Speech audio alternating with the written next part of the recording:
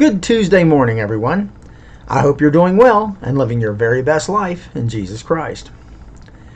Many years ago, I had a science teacher in the 7th grade that whenever something unexpected would happen in class, say an experiment misfired or a kid just suddenly had an outburst of enthusiasm or something, he would pause, smile, and then say, "Okay, moving right along." And then we'd get back to whatever we were doing. It wasn't so much what he said as the way he said it. It was said as if he was acknowledging what happened, but refusing to allow it to derail us from his lesson. I also remember he had a sign on his wall that read, "Expect the unexpected."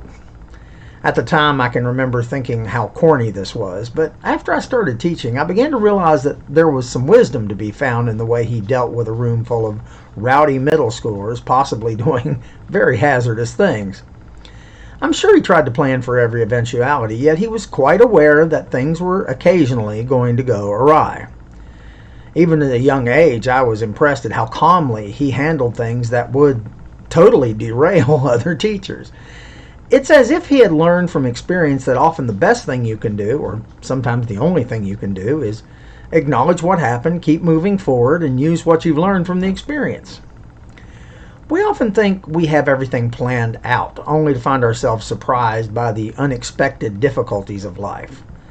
I know that I'll say, well, first I'll do this, and then that, and I'll be done. But life seldom works out that way, does it? This morning, for example, I had it all laid out. Step 1, step 2, step 3, and so forth. I'll be done by noon. Instead, I found myself derailed between step 1 and 2 by a grumpy 5-year-old in an unexpected and unplanned telephone counseling session. As I attempted to get back on track, I was interrupted repeatedly by phone calls, lost files, questions, and so forth, until I looked at my watch and discovered it was well past lunchtime. So here I am, getting started almost 4 hours later. I'm kind of proud of the fact that in the old days I would have grown increasingly frustrated, fretting over the lost time, and possibly just giving up on getting anything done at all today. But no, I am gradually learning, though I am a slow learner sometimes, that my time is really God's time. Life's interruptions are frequent, and we tend to look at them as unnecessary, bothersome, annoying, and counterproductive. It's as if they are a monumental waste of our time. Yet, if we would pause and take the time, we might discover that many of these moments of interruption are actually God ordained and meant to help us refocus or reprioritize or take note of something unexpected, well, at least by us, that God is doing in our lives. Jesus was a leader who welcomed interruptions. His first miracle, changing water into wine, was a moment of interruption brought to him by his mother. Later, Jesus' disciples unsuccessfully tried to eliminate interruptions by trying to keep children from coming to him. Well, we all know how that turned out.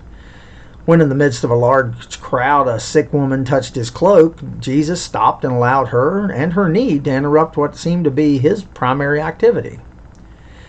What I'm impressed by is that Jesus never saw anyone as an annoyance or as an interruption. Every moment, every encounter, and every individual, no matter how insignificant, mattered to him.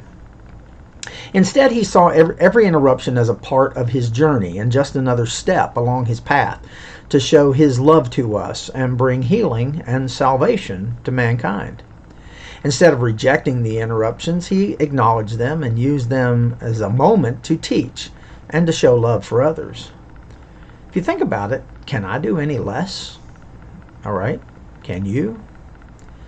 The Apostle Paul reminds us to occasionally be derailed, not be derailed, but rather to keep moving along. In Philippians 3:14, he says that we're to press on toward the goal to win the prize for which God has called me heavenward in Jesus Christ. So today, if you're interrupted, don't get frustrated. Don't allow the pressure to build. Don't think of timelines and deadlines.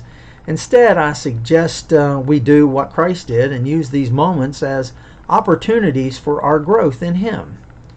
Okay, sure, you may occasionally miss a deadline.